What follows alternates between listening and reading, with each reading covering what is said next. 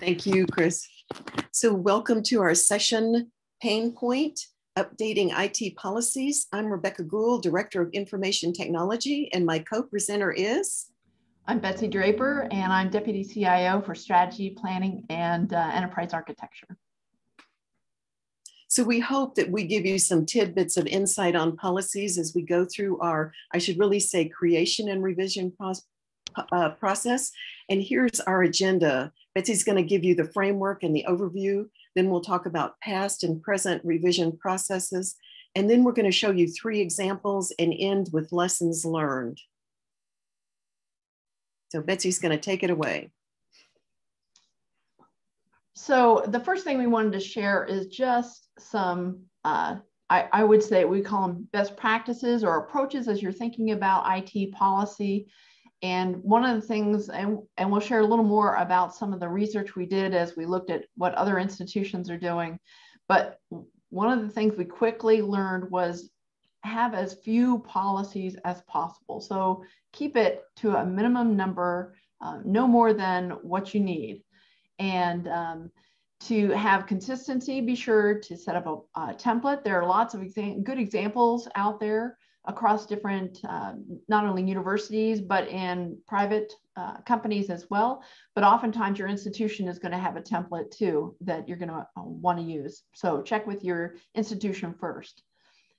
And then we refer to it as a vetting and approval process. We're going to talk a little bit about how we use a RACI, a responsibility, accountable, consulting, and informed approach for that vetting, especially for the vetting process. And then how do you communicate all of this, not only as you're going through it, but once your policies are completed. And then how do you get into a mode of regularly reviewing and revising and updating your policies? And if you do this well, reviewing and revising should be pretty easy. So where you start is very simply with 2 questions. Do we need a policy for that? And do we already have a policy for that?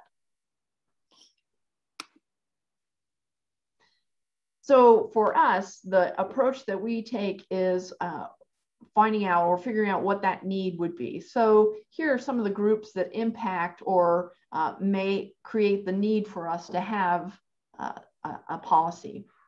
So certainly something in the university itself. It could be at any of your governance organizations. So here in Kansas, as a public institution, the Kansas Board of Regents, the state of Kansas, and then all of us have to follow federal regulations as well.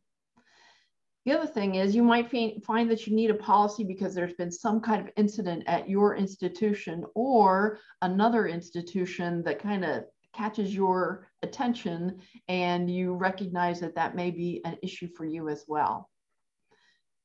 2 other areas is when you start to see changes either in your internal enterprise, your ecosystem, either things that are changing with faculty, students, staff, or changes in your leadership.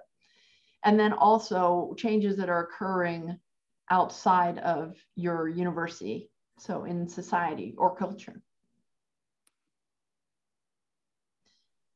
So we use this policy framework, and I apologize, I don't have the reference to where this actually came from. But if you Google this, you will find variations on this theme. But a policy framework starts with a base of the policy itself. And there's a lawnmower outside my window. Hopefully that's not too disruptive. The policy itself is the why. Why do we need this? It should provide a good sound rationale describe the rationale of your policy. And then from there, you build on standards and procedures, and you may need some guidelines. And so what standards can do is help you identify the bar that you're trying to reach with your policy. And the idea is that your standards may change over time. And so the nice thing about having standards separate from your policy is that it's much easier to adjust or adapt your standards and then not have to change your policy, because your why should remain over time. It should be able to live the test of time. And then procedures and guidelines really help you operationalize your policy. And especially not only operationalizing it for the people who are going to have to follow the policy, but also the people who are going to have to administer or ensure some level of compliance to that policy. So here's a look at some of the institutions that we reviewed to see how they handle their IT policies. This list was specifically selected because this is the list of peer institutions that K-State used when we did our 2025 strategic plan for the university.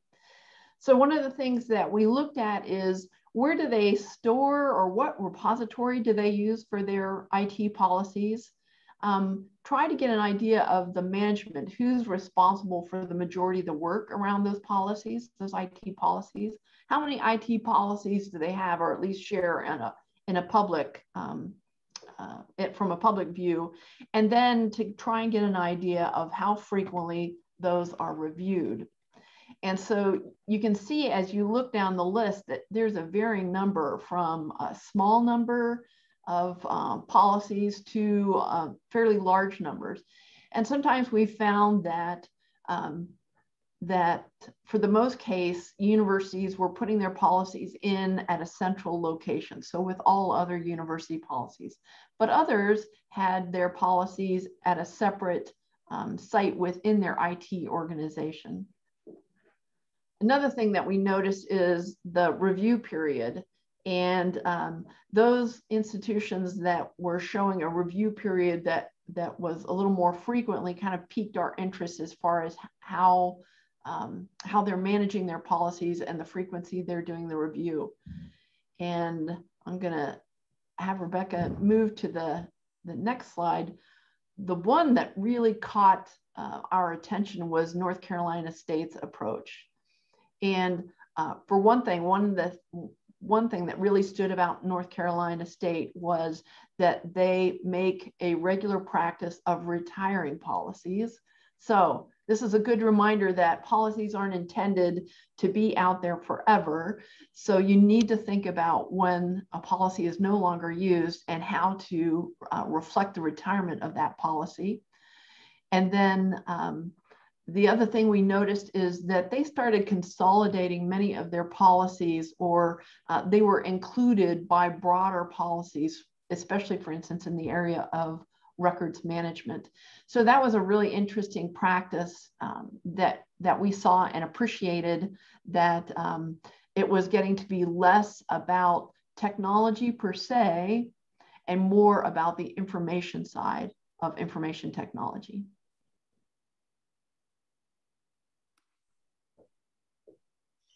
So I start here, and I was just going to share with you that we did have a policy creation and review process in approximately 1998. And it was the Information Resource Management Council, and it was comprised of people from across campus. And in both instances that I remember, a librarian headed this policy advisory group, and they reported to the CIO.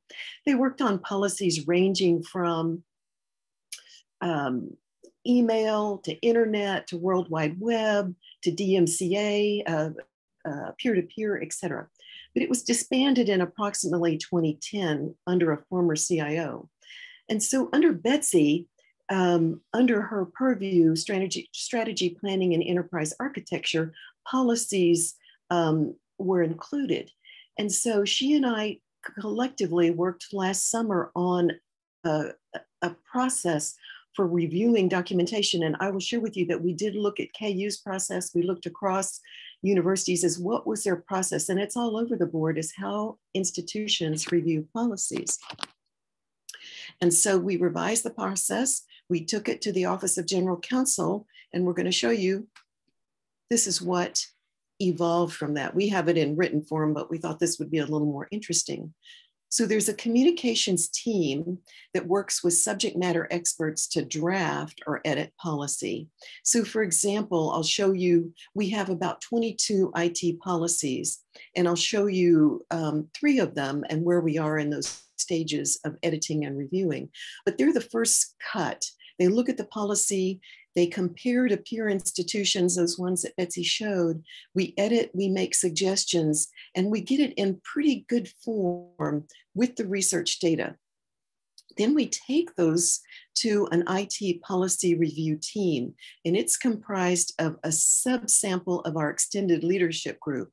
And this subsample comes from the VP of Research, Ian Zerneski, Don Crawford from the College of Architecture, Planning and Design, and Julie Bell, who's from K-State Libraries. And what Betsy and I want you to notice about that is none of those are from Central IT. So those three individuals take the research that's been done by the communications team, look at what other institutions are doing, and make suggestions for improving the policy.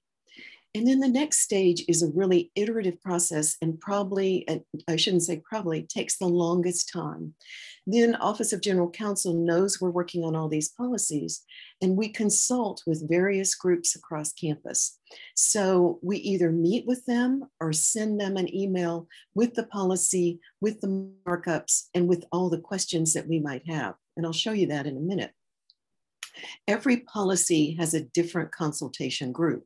So there might be a small consultation group of individuals for the video conference policy, whereas imagine that the electronic mail policy revision is more controversial and goes to a wider swath of people from across campus.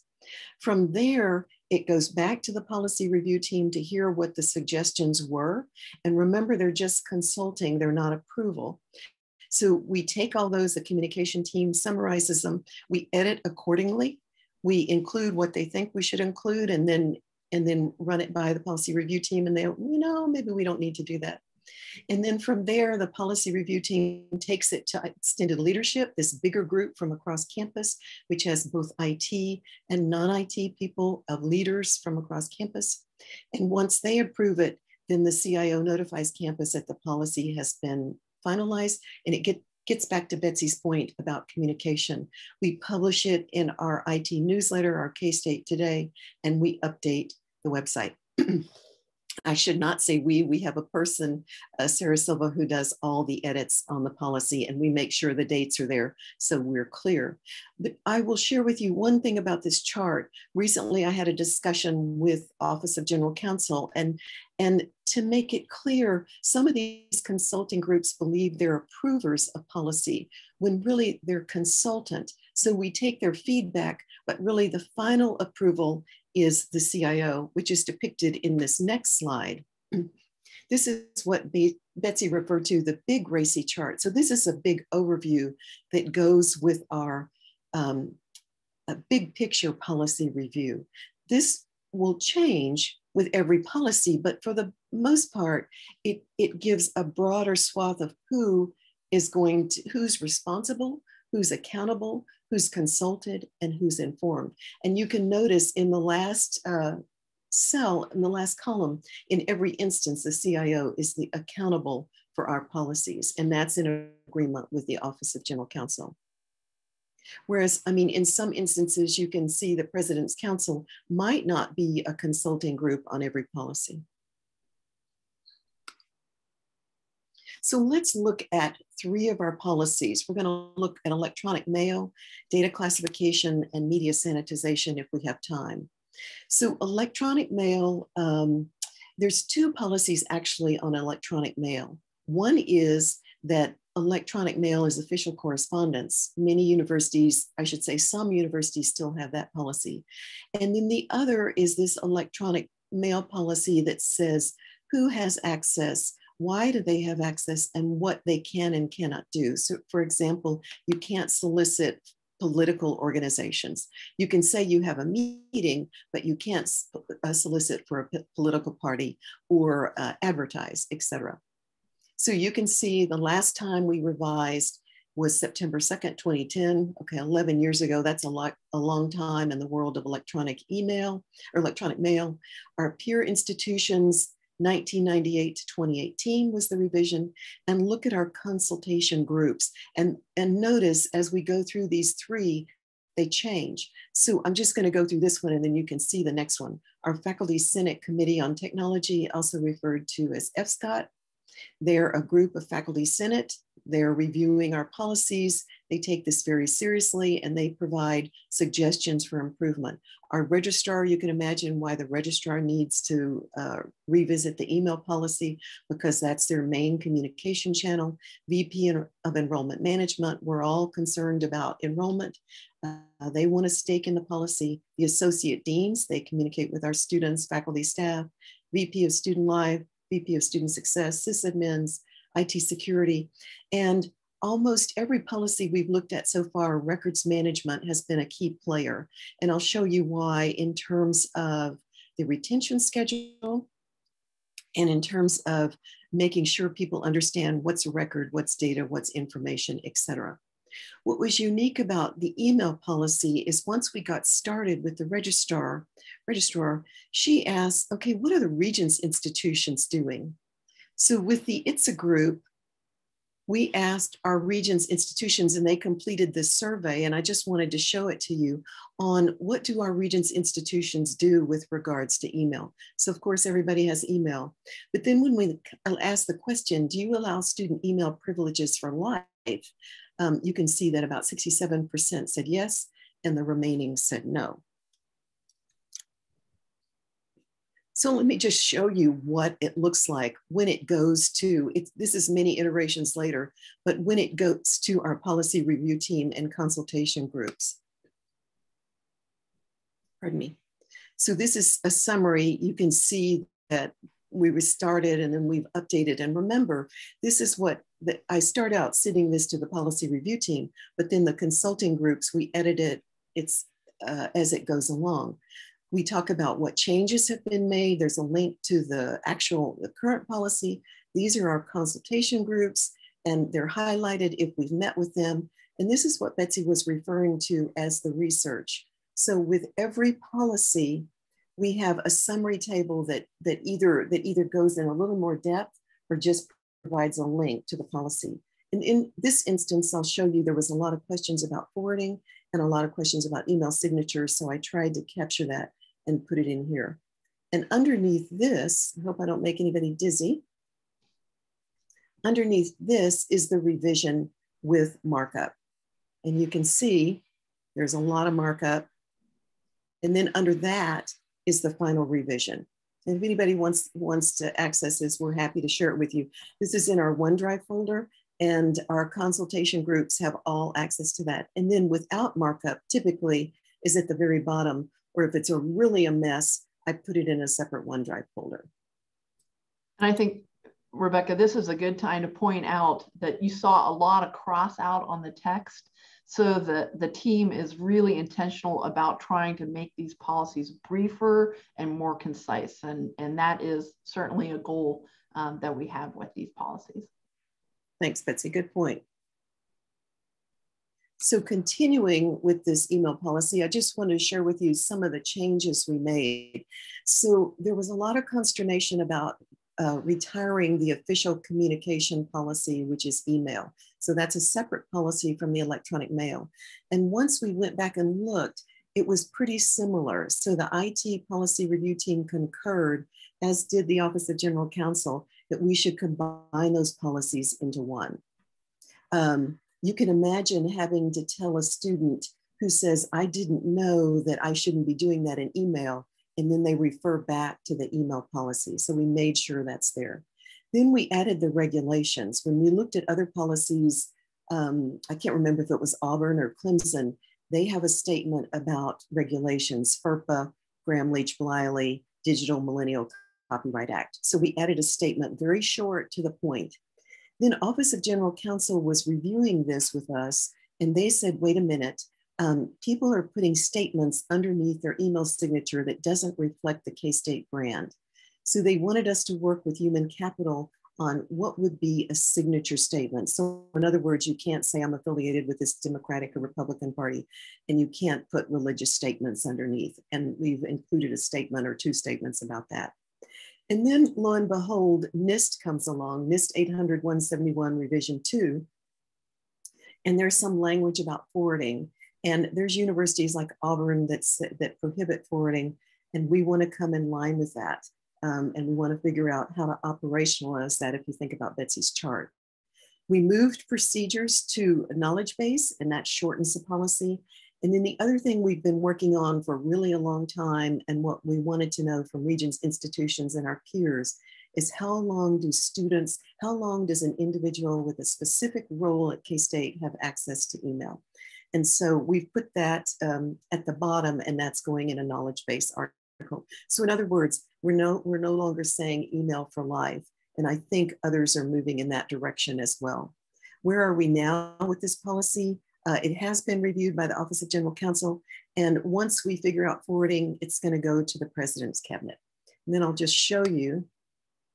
This is just to show you a little bit in depth of the summary from one peer institution. So this is Clemson. And you can see in our research, we link to their email policy. And then to make it easy on every group, our policy review team and our consultant group, we put the summary from forwarding if there is one, and then we put the summary from email quotes. And hopefully we can use those to make our policy better as well. And then just to reiterate what Betsy said, notice that the policy is going to be very short, but some standards have come along that that will change what we say over time. So we took that out and put that in procedures in our ServiceNow knowledge base. So the standard comes in, the NIST 80, let's see, 171, revision 2, that comes in, FERPA, Gramm-Leach-Bliley, and then we make it simpler along the way. And what I said to you, what our stumbling block right now is that on how do I do it, the operationalize. How do we prohibit perhaps forwarding for our employees who have access to all kinds of information, and maybe permit it for students who would be less inclined to, we would be less concerned about forwarding. So we're trying to figure out that right now. It is not a simple process to do that, as those of you who are really technical understand that. The next policy is the data classification and security policy. Again, a heavy duty policy, lots of consternation about this, lots of groups heavily involved in data classification and security. It was last revised in 2009, and really the focus was on classifying data. So there was a laundry list of data there. And then the other thing is security or protection standards. So that was the why for that policy back then. But fast forward to 2021 and everything that's happened, our explosion of the use of contracts, vendors, our explosion of the use of cloud services, and we need to really think about our policy carefully, especially with regards to things like if there's a breach and it's under a vendor, how long do they have before they have to notify K-State? Those kind of things. Peer institutions, the age of their policies were 2009 to 2020. Some of the best ones I've seen, it's not a peer institution, was the Ohio State University. One of our deputy CIOs gave us that lead. Then there are others like Washington State that have really good policies on data classification and security. Auburn does as well, if I'm not mistaken.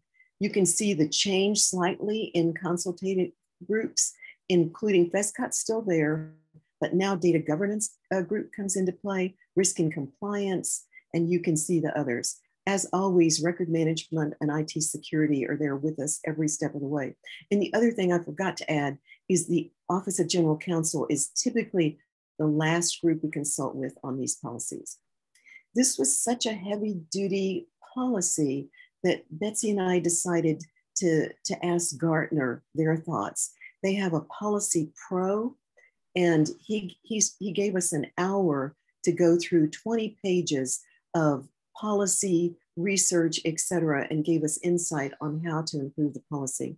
And I'll just show you this really quickly. So this is, I'll come back to that in a minute about what we're reviewing. But again, this one is heavily marked up. You can see, I wanted to show you a few things. So we had our peer institutions in addition to others.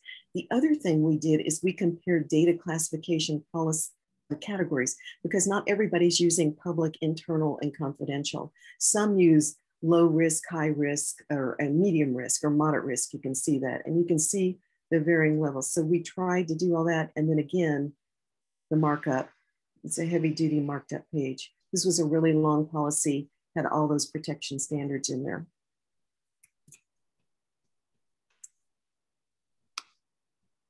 So proposed changes to this policy, moving data protection to a knowledge base article, adding a category. Gartner wanted to make sure we had CIA confidentiality, availability, and integrity. We added that to the chart. Data classification section in the knowledge base. I believe it was LSU who had a great knowledge base article on data classification. So thanks to Sarah, she created one of those. We added sections on retention and relinquishing of data. So you can see it's broader than data classification. We have a section on open records. Roles and responsibilities of those who oversee data have changed in the since 2009. And so we changed those wordings. We're proposing to change the classification of confidential to restricted and then cleaning up the URLs. So where are we now with this policy? It's being reviewed by the data governance group, and then it's on to risk and compliance, security, and of course, the Office of General Counsel. This one has taken the longest of any policy we've reviewed. And then just to show you, this was probably a 3-page section of data classification policy. And we took all of that out and we cleaned it up. We looked at other universities, what are they doing in terms of protection? You can see here, our Gartner person said to make sure integrity is there. We added that, and it's still about 3 pages, but now it's in a knowledge base and not the policy. So it's simpler to change this than it is to go back and have all these consultation groups review the policy and change those. And then the last policy I'll share with you is media sanitization and disposal. And this is one of the last ones we've been reviewing. We have about 13 that are under review right now. We have 3 that have been approved out of our 21, 22 policies, 13 under review. And so you can see how many more we have left. It is, I will say it's an iterative process and it can be slow. This one was revised in 2009. Now think about what's happened to media sanitization and disposal since 2009. The why, of course, is not leaking data. Those are my terms. I'm paraphrasing the policy. You don't want unauthorized access of data. Our peer institutions, theirs range from 2009 to 2020. NIST standards have changed and evolved. And then you can see the consultation groups here, many of the same with the data classification policy. Again, this was a fairly long policy. It had words in there and definitions in there that we no longer use or no longer need to use. I won't show you this markup, but just know it's there and there's a review. And the other thing I will share with media sanitization and disposal, most of it was procedural and less of it was policy. And since that time, NIST 888 revision 1 has come along. And so what we're thinking about, and the reason we put this in the PowerPoint is that in the NIST at the very back, they have these 2 tables. One is on sanitization methods, clear, purge, destroy, and the other is on the type of media and how to sanitize based on the media. And with each one of those, you can see there's a clear, destroy, and purge. And what we're thinking about doing is instead in our knowledge base articles, summarizing and then pointing to the definitive, the NIST 888 revision. So those are the 3 policies we wanted to share with you. We could have shared all with you. We just wanted to show you our process and what we're doing. And now we're going to show you lessons learned. And Betsy and I are probably going to tag team this or are going to tag team this. And so just a few things, I'll go over 3 and then Betsy will chime in. As you could see on our markup, if you put the quick summary at the top, it makes it easier for the reviewers. Then they don't have to go through everything. They can see what the gist of the policy is, what changes you've made, and maybe make a determination that way. Then if they want to, they can look further. We've said over and over, it's good policy to move the procedures out. You can reduce the policy substantially. Gartner said 5 to 7 pages per policy, no more. And then the third one, and then I'll turn it over to Betsy, get input. but remember, limit the time, because this could be, you could go on and on with every one of these policies and never have a definitive policy come out. I can remember I was on Faculty Senate a couple of years ago, and we were looking at one policy. We never made a change because it was so iterative and nobody understood who the approver was. And then we were just consultation groups. So Betsy, do you want to comment on lessons learned as well? Sure. So along with that third bullet and moving into the fourth bullet about the approach when you're doing those consultations is that folks are going to need some time, because as Rebecca showed the markup, I mean, some of these policies are pretty complex, and between all the markout and things like that, I mean, there's a lot for the consulting groups to digest in these conversations. And I think one of the things that's really helpful is how you engage your consultant groups and what kind of questions you ask. And sometimes a good approach, rather than getting to that, we get a little bit concerned because there tends to be a leaning toward wordsmithing, and we don't want to get caught up in wordsmithing. So it's great to have conversations with the consultant groups about, hey, can you think of some scenarios or a case study where we might have a problem with this? What are the scenarios that you run into and experience in your work that might be impacted by this policy? Because we want to try to gather that information to make sure that we have clarity to address those issues. And so it really then helps us understand at that other level of when we operationalize this, just kind of gives us an idea of what kind of challenges we might experience when we do try to operationalize these policies. So you have to be proactive and give those consultant groups time to digest this and have those conversations to walk them through these policies. And that issue of you're not always going to catch all the consultant groups that you need. So one of the things that we really rely on, Rebecca mentioned about we don't have central IT people on the team that helps us with this process. And in part, I mean, that's very intentional because we use that extended IT leadership group to help us get an idea of who the consultant groups are that we should be talking to. And a lot of times, as you talk to one consultant group, they'll say, hey, have you checked in with this group or that group? So sometimes you end up building a list. And this is a lot of work to go through. And I think probably you can see that because it's been so long since many of our policies have been updated. I mean, it is a lot of work, and we're optimistic that having that process in place and getting into more of a regular approach of a review process will help us be a little more intentional about keeping things reviewed and up to date. Did you want to say something about the home? Certainly, everybody, because it's easy for policy to kind of get pushed aside of we'll get to it when there's time or when there's a need. It does need to have a home. And, we both agree that the closer you are to the CIO in that home, the better. And in part, that's because the CIO is going to be accountable for these policies. So you really want to be working closely with your CIO on this. And you can see the last one. Sometimes as you're going along and you're making 100 iterations to a 3-page policy, it is not a thankless job. And I will share with you, the IT policy review team came up with these lessons learned, and I can't thank them enough for their review, their thoroughness, and for sharing these lessons learned. And everybody who we've gone to ask for input and consultation has been supportive of the process. And I would also add to that another thing that we've done is to make sure the supervisors, the deans of the folks who are working with us on this know how much their folks are contributing to this effort.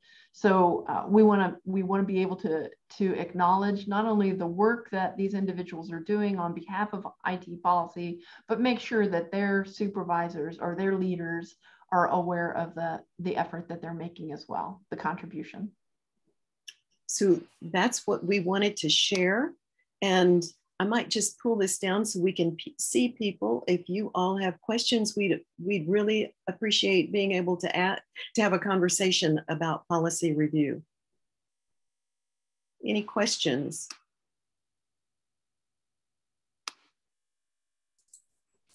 Looks like we have a question from Joshua. Do you have to make policy changes for staff and faculty separate? Josh, good question. So one thing the policy review team has asked us to do is say employees.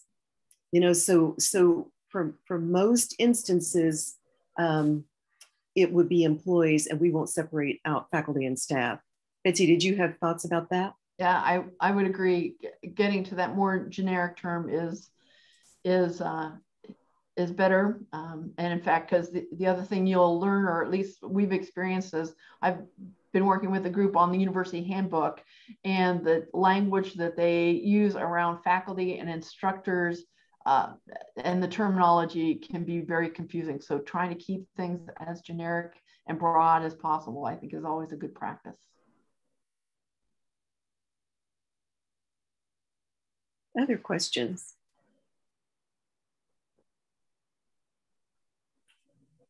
Another one, what happens if faculty senate disagrees with the policy change? I'm currently having this issue, again, for Joshua. Joshua, great question. So that's why I went back to the Office of General Counsel to clarify the role of all these consultation groups. And General Counsel made it clear that they are reviewers and provide consulting. They are not approvers. So I'm not sure if your faculty senate has a process that says they're approvers of policy, but ours doesn't. And I will tell you, the Office of General Counsel is just pleased that we brought the review process to them. Does that help?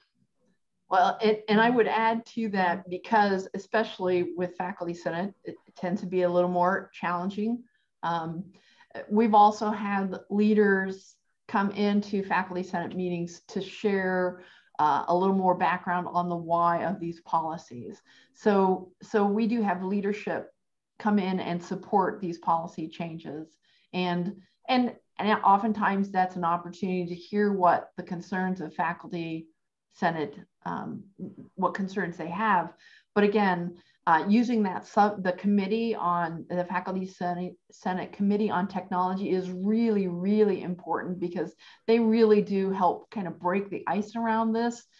A lot of those conversations occur in that technology committee, and then that group takes it back to faculty senate. So oftentimes, I mean, they're the standard bearers for us, but we do have leadership come in and join those meetings as well. No, that's yeah, Joshua, that is I think we're very fortunate because we have the backing of the Office of General Counsel, and they are so appreciative that we're reviewing policies that were revised in 2009. They help us along the way. I mean, we will share with you, and those from K-State on the Zoom will recall that the most controversial part of the policy so far is electronic mail and forwarding. And every time we bring it up at every one of those groups, that's what everybody refers to is forwarding. And how can you prohibit forwarding? So anyway, we just try to contain that and say, we're looking at it, we're going to try and figure this out. And if we can't operationalize it, then we'll figure out plan B. Anything else?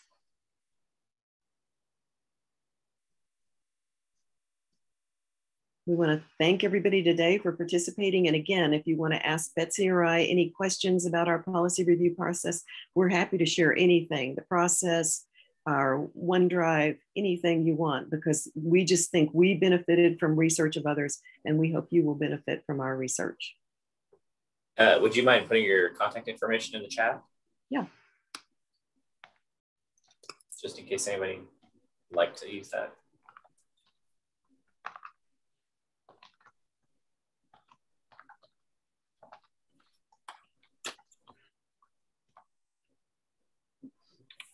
Thank you both so much. We appreciate you participating in chat and sharing this information with us. If nobody else has any other questions, we'll close the meeting and you get to lunch a little bit early. We'll have the lunch with the CIOs at noon. So you get a little bit of a break before we're back into that. And then I think we'll have another break after that for visiting the expos or anything else. So. Thank you, Chris. Thanks for organizing. Thanks, everybody. Yeah, thank you all for attending.